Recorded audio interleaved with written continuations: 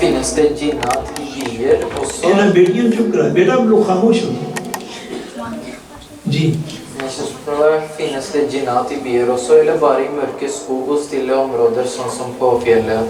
Og hvorfor er det ofte flere jinnat på et spesifikt sted enn andre?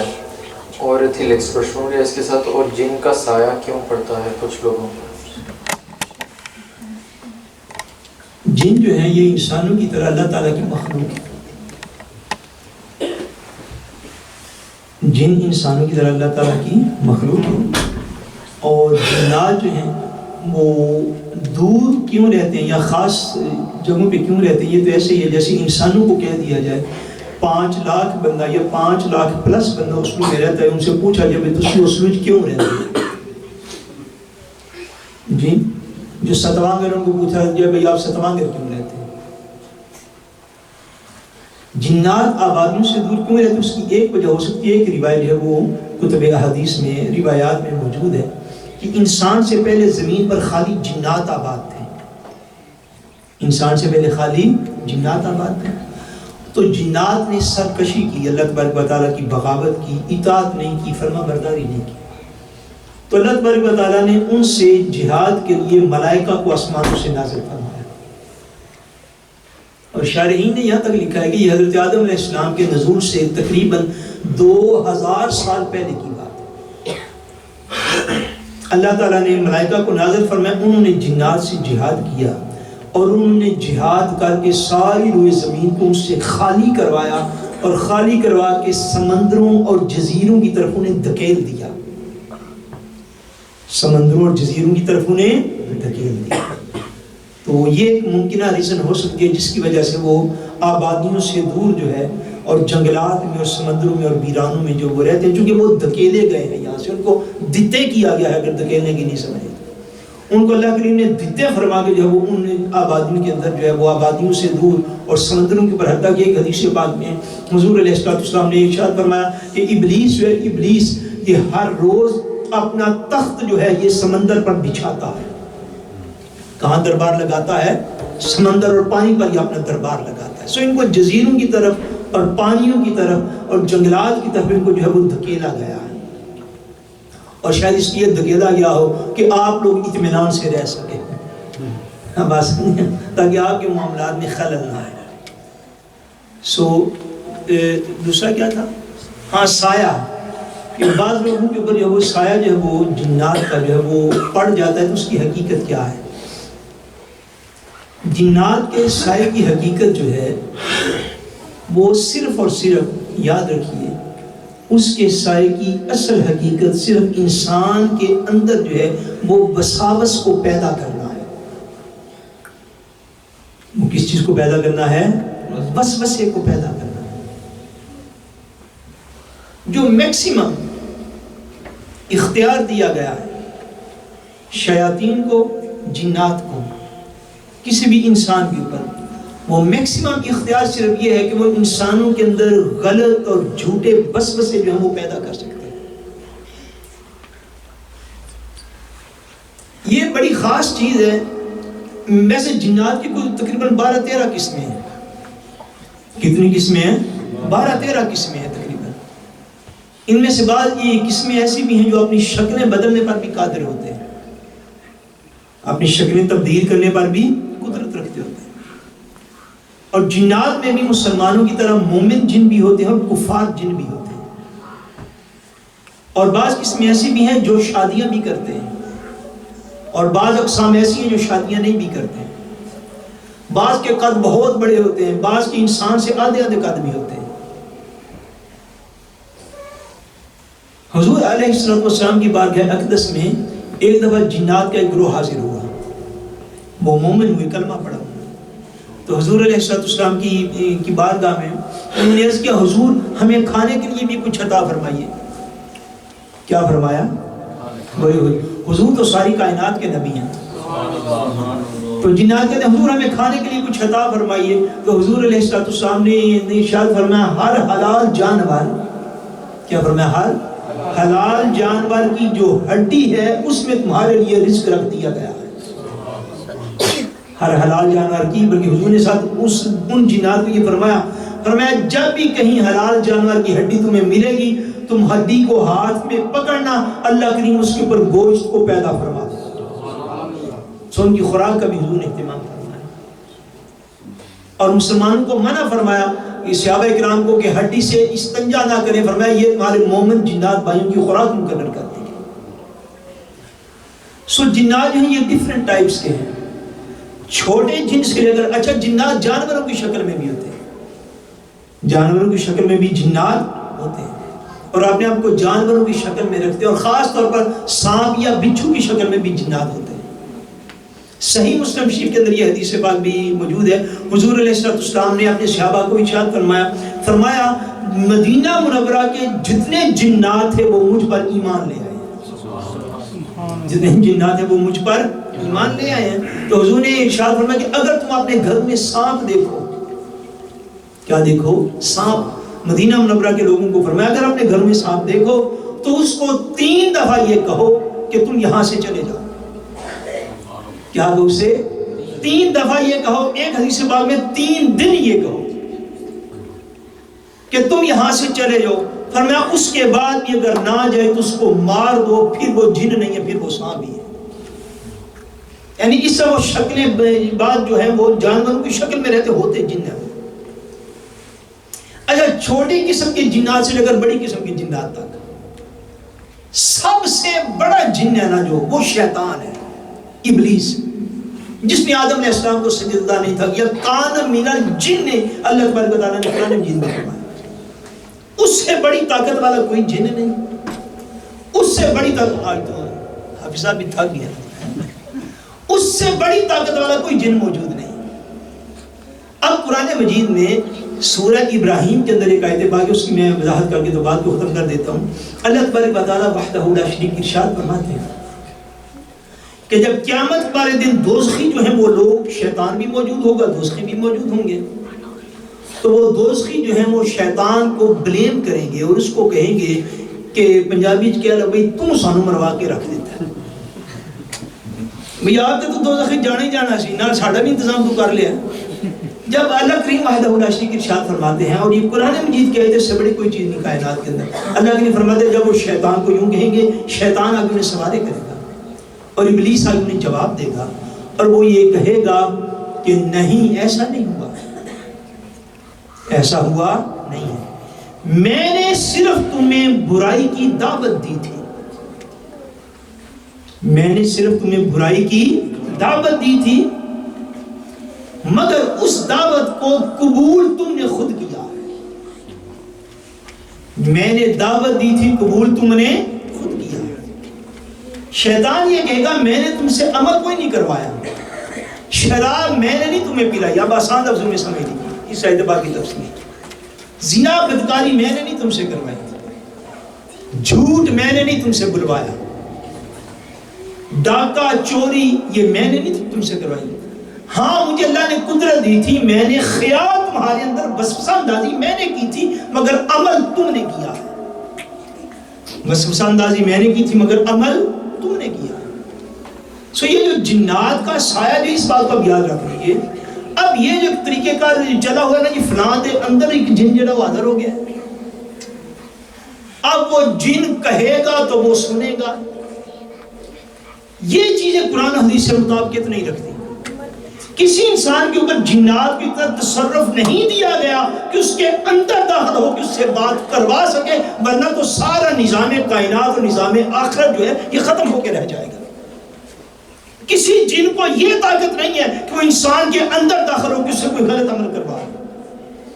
کسی جن کو، شیطان کو یہ طاقت نہیں دی گئی کہ انسان کے اندر داخل ہو کہ اس سے کوئی برائی کروا دے. سو جنات اور شیطان جو ہیں انسان میں وسوسہ اندازی کر سکتے ہیں، اس سے عمل کروا سکتے، عمل انسان خود کرتا ہے. اس سے اگر یہ کہہ دیا جائے کہ شیطان کا اتنا سایہ ہو گیا، اتنا سایہ ہو گیا، لوگ تو عجیب عجیب بات کر ویڈیوز بھی اپلوڈ ہوتی ہیں کہ فلاں حاضر ہو گئے تو فلاں حاضر ہو گئے تو اندروں بول دیا پیا، وہ بول دا چھوڑ دا وہ بندہ ہی ہوتا ہے پیا. اس نے اگر نہ ذہن نہیں رکھے کیوں شیطان کو اتنا تصرف ہی نہیں دیا گیا. قرآن مجید واضح اس بات کے اوپر، جنات کو اتنا تصرف نہیں دیا گیا انسان کو. اللہ یہ کہ کل کو کوئی ایسا بندہ ہو کہ وہ کسی بندے کو خدا نہ خاصہ کسی کا مال چوری کر لے, وہ کہہ دے مینوں جن پہ ساتھ میں مال چوری کر لے, وہ ہاتھ کٹے آ جائے گا. یہ کوئی ریزن نہیں. کل کو کوئی بندہ جہاں پہ سڑک پہ کھڑا ہو کے ران کر لے, کسی کے پیسے نکالے, گاڑی چھین کے بھاگ جائے, پرسوں کو کہے کہ مجھے عالم دین نے کہا تھا مسجد میں کہ جن پہ آ جاتے تو بندے نال انجن بھی کر لینا, سارا ٹوٹلی غلط بات ہے. یہ بات پلے باندھ دیجیے. جس نے نماز نہیں پڑھی, ایک منٹ بیٹے, جس نے نماز نہیں پڑھی وہ یہ نہیں قیامت والے دن کہہ سکے گا میرے تو جنات کا قبضہ ہو گیا اس لیے میں تاں نہیں نماز پڑھ سکے. جس نے روزہ نہیں رکھا وہ یہ نہیں کہہ سکے گا کہ میں نے جن پہ گیا اس لیے میں نہیں تاں جی روزہ رکھا, میں زکات تاں نہیں دیتی, میں حج تاں نہیں کیتا, میں والدین کی خدمت تاں نہیں کیتی, جی میں نے جن پہ گیا سی. جنات میں کہہ رہا ہوں سب سے بڑا جن شیطان اور ابلیس ہے, اور اس کے حوالے سے سب سے زیادہ طاقت اسے دی گئی, اور وہ بھی قیامت والے دن یہ کہے گا میں نے تم سے کچھ بھی نہیں کروایا, ہاں مجھے اللہ نے وسوسے ڈالنے کی اجازت دی تھی, وسوسہ میں ڈالتا تھا, کام تم خود کیا کرتے تھے, تم نہ کرتے, تمہارے پاس قرآن و حدیث موجود نہیں تھے. اس لیے انسان جو ہے اپنے اعمال کا خود ذمہ دار ہے. سایہ سویا جو ہے اس سائے کی حقیقت صرف اتنی ہے کہ سائے سے یوں کہہ لیجیے کہ بندہ کے ذہن میں وہ خیال پیدا کرتا ہے اللہ تعالیٰ کی نافرمانی کا. اس سے زیادہ انسان کے جسم پر شیطان کو تصرف دیا گیا نہیں. ہاں انسان کو یہ طاقت دی گئی ہے کہ اس کے قبضے میں کئی جنات ہو سکتے ہیں. انسان کو یہ طاقت, چونکہ انسان اشرف المخلوقات, اس کو یہ طاقت ہے, اس کے قبضے میں جن ہو سکتے, یہ ممکن ہے, مگر یہ جنوں کے قبضے میں ہو سکتا نہیں ہے. یہ اشرف المخلوقات ہے. جی بیٹا. میں لکھوں کہ کشمیر میں یہ میں نے یہ سوال کیا تھا کیونکہ دو گھر ہیں, ایک اوپر ماموں رہتے ہیں نیچے, اور اکثر اس راستے پہ جاتے ہوئے کہتے ہیں یہاں پہ ایک ناڑا ہے جہاں سے پانی آتا ہے, کہتے ہیں اس ناڑے پہ بہت جن ہے.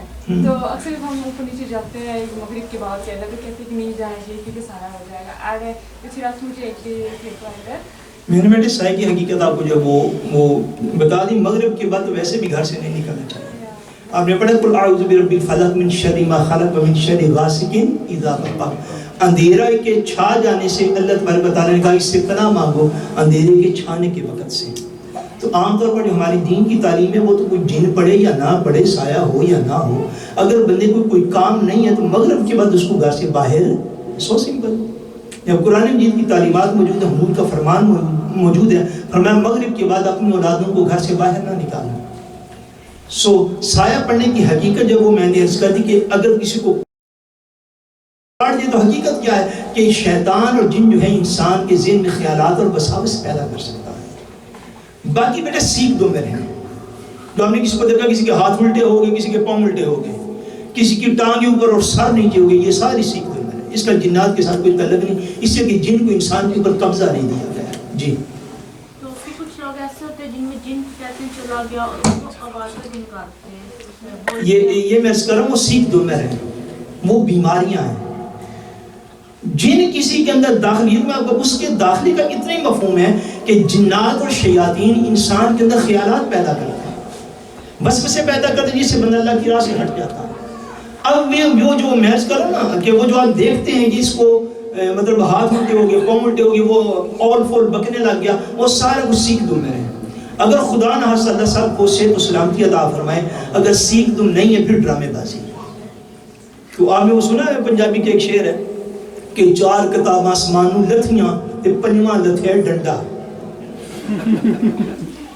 آپ آپ کو سمجھ گئے, جیڑا کام ڈنڈا کرتے وہ کتاباں بھی نہیں کرتی ہیں نا, چار کام آسمانوں اتری ہیں.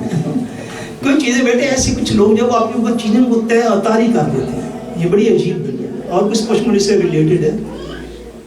جی جی آخری کتنے سوال پیچھے رہ گئے؟ جی شاہ صاحب ایک سوال ہے. جی جادو کی جو حقیقت یہ تو احادیث مبارکہ سے ثابت ہے, جی جی, اور بعض ایسی چیزیں جو پہلے ماضی میں ان کو سمجھا جاتا تھا کہ جنات کا سایہ پڑا ہے جی اور ان کو مقید کر دیا جاتا تھا, زنجیروں سے باندھ کے رکھ دیا جاتا تھا. جی لیکن by the passage of time ایسی چیزیں جب سائنٹیفکلی ڈسکور ہوئی, جی انہیں ہالوسینیشن کہا گیا, مینک ڈپریسو کہا گیا. جی, تو واٹ از دی ڈفرینس, جو لائن کہاں جاتی ہے بٹوین جادو اینڈ سائیکولوجیکل جی ڈس آرڈر؟ کیا کل اسلام صلی اللہ علیہ وسلم کے اوپر بھی جادو ہوا تو کیا کوئی شخص بغیر جو ظاہری اسباب کو اپنائے کسی شخص کی زندگی کو اجیرن کر سکتا ہے؟ جی عملیات کے ذریعے، یعنی دو سوال ہو گئے نا کہ جی، وہ ٹھیک۔ باریک لائن کیا ہے بٹوین جی۔ Black magic and psychological diseases? اس میں نے جو تھی قرآن و سنت کی روشنی میں جو پہلی چیز ہے اس کی وہ اس کی جو ہے وہ گرین سے ہے، وہ اس کی جو ہے وہ لائن ہے کہ شیاطین جو ہے ان کو جتنا بھی جو ہے وہ تصرف دیا گیا ہے، جتنی بھی طاقت دی گئی ہے، جتنی بھی ان کو انرجی دی گئی، اس کی حد یہ ہے کہ وہ انسان کے اندر باطل خیالات اور وساوس پیدا کر دیتے ہیں۔ اب انسان جو ہے وہ ان باطل خیالات کو اپنے اندر جو ہے وہ سمو لیتا ہے، اور اس وقت وہ قرآن و سنت کی دی ہوئی تعلیمات کو چھوڑ کے تو ان پر چل پڑتا ہے۔ شیاطین کو، جنات کو اس سے زیادہ جو ہے، یا جادو کو اس سے زیادہ جو ہے وہ انسان کی زندگی میں دخل نہیں ہے، ٹھیک ہو؟ آپ جتنے بھی عملیات کریں، اب لوگ ہمارے چھوٹی چھوٹی چیزوں سے جو وہ گھبرا جاتے ہیں، فون آ جاتے ہیں، میسج آتے ہیں کہ ساڑی کرو سوئیاں نکل آئی ہیں، کسی بندے کا میسج ہوتا ہے جی ساڑھے کر خون دے چھٹے بہ گئے، یہ عملیات، یہ عملیات کرنے والے جو ہیں وہ کرتے ہیں، وہ عملیات کے نتائج اس طرح کے نکلتے ہیں۔ اب وہ جو نتیجہ بظاہر سامنے آتا ہے، کسی کے کپڑے کے اوپر خون کے چھینٹے پڑ گئے، کسی کے گھر سے اچانک اس نے کپڑے اٹھائے، نیچے سے سوئیاں نکل آئیں۔ اچھا یہ جو سارا کچھ جو ہے، ان سارے کا دیکھنا یہ کہ اس کا امپیکٹ جو ہے وہ انسان پہ کیا ہے۔ دیکھیے نا، آپ لائٹ آن کرتے ہیں یا آف کرتے ہیں تو آپ دیکھتے ہیں امپیکٹ کیا ہوا ہے۔ لائٹ آف کی تو اندھیرا ہو گیا، آن کی تو روشنی ہو گئی۔ اب خون کے چھینٹے تو پڑ گئے تو سوئیاں بھی نکل گئی، فلاں ہو گیا، گھر سے جو وہ بڑھاپے سارے نکل آتے لوگوں کے گھروں سے، سارا کچھ ہوتا ہے۔ اب وہ عملیات کا دیکھنا یہ کہ اس کا نتیجہ کیا نکلا۔ نتیجہ یہ نکلا کہ وہ انسان پریشان ہو گیا، اس نے یہ سمجھ لیا کہ شاید ان چیزوں کے ساتھ میرا نفع اور نقصان وابستہ ہے۔ اس نے یہ سمجھ لیا کہ اگر کہ میں نے دیکھا کہ میرے گھر سے گڑیا نکل آئی اور ایک جو ہے وہ مجسمہ نکل آیا تو اس کا گلا کاٹا ہوا، اس نے سمجھا کہ یہ میرا گلا کاٹا۔ یہ سارا کچھ سوائے ایک خیال کے کچھ نہیں، سوائے ایک سوچ کے، سوائے ایک تھنکنگ کے، اس کے علاوہ اس کی کوئی حیثیت نہیں ہے دنیا کے اندر۔ میں آپ کو عرض کروں، پھر بقیہ سوال جب اللہ کو منظور ہوگا لے لیں گے، آپ اس کو ریکارڈ میں رکھ لیں جو بقیہ سوال رہ گئے۔ میں آپ کو عرض کر دیتا ہوں، آپ اس بات کو سمجھ لیجئے، اور آخری بات میں عرض کروں، پلے باندھ لیجئے، انسان کی قوت ارادی سے بڑی قوت اس کائنات میں ہے ہی کوئی۔ سبحان اللہ۔ انسان اٹسیلف اللہ تعالیٰ کی اشرف المخلوقات، سب سے بڑی مخلوق تو یہ خود ہے۔ اب جتنے بھی جادو کیے جاتے ہیں، جتنے بھی بلیک میجک کسی پر کیے جاتے ہیں، ان سب کے آپ مختلف جتنے بھی چیزیں گنوا لیں گے نا کہ یہ عمل ہوا، یہ عمل کیا گیا، یہ عمل کیا گیا، کچھ لوگ قبرستانوں میں جا کے چیزیں جو ہے وہ دفن کر دیتے ہیں، ان سارے اعمال کا نتیجہ کیا ہے؟ نہ تو اس کی تقدیر کو کوئی چیز بدل سکتی ہے، نہ ہی انسان کو کوئی چیز کسی غلط عمل پہ مجبور کر سکتی ہے۔ اس کا آگے کہ سارا جو ہے وہ اس کی ذہنی صلاحیت کے ساتھ وہ اٹیچ ہے کہ وہ اس کو ذہنی طور پہ پریشان کر دیتی ہے۔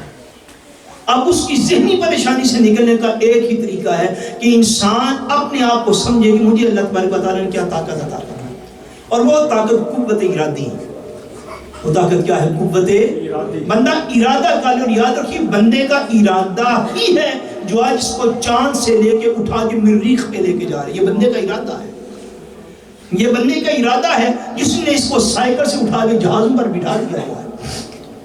یہ بندے کا ارادہ ہے جس نے سیٹلائٹ کے اندر جو ہے وہ جا کے ایٹم تک جو ہے وہ وہاں سے میزائل نصب کر لی ہے کہ کسی کو مارنا ہو تو سیٹلائٹ سے میزائل مار کے اس ملک کو تباہ کر لو۔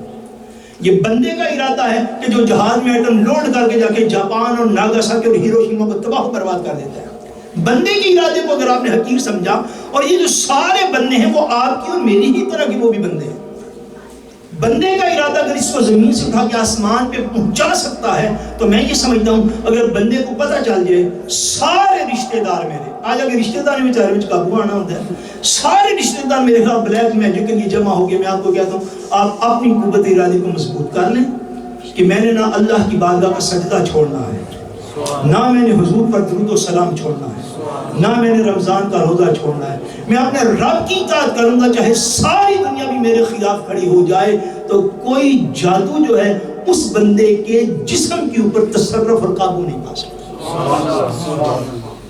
اس یہ گرینڈ سے کیا کہ اس کے نیچے خیالات، وساوس، پریشانیاں اور ذہنی ٹارچر جسے ہم کہتے ہیں، یہاں تک ہی جادو کی حقیقت ہے۔ اب بندہ جب اس کو خود ایکسیپٹ کر لیتا ہے اور قرآن و سنت کا مکمل علم نہیں رکھتا ہوتا کہ اللہ تبارک و تعالیٰ پریشانی میں بھی مجھے ہمت اور صبر کی جو ہے وہ تلقین فرماتا ہے. صرف اس کی قوت ارادی ہر چیز کو شکست دے سکتی ہے اگر اللہ تبارک و تعالیٰ اسے توفیق عطا کرے. جی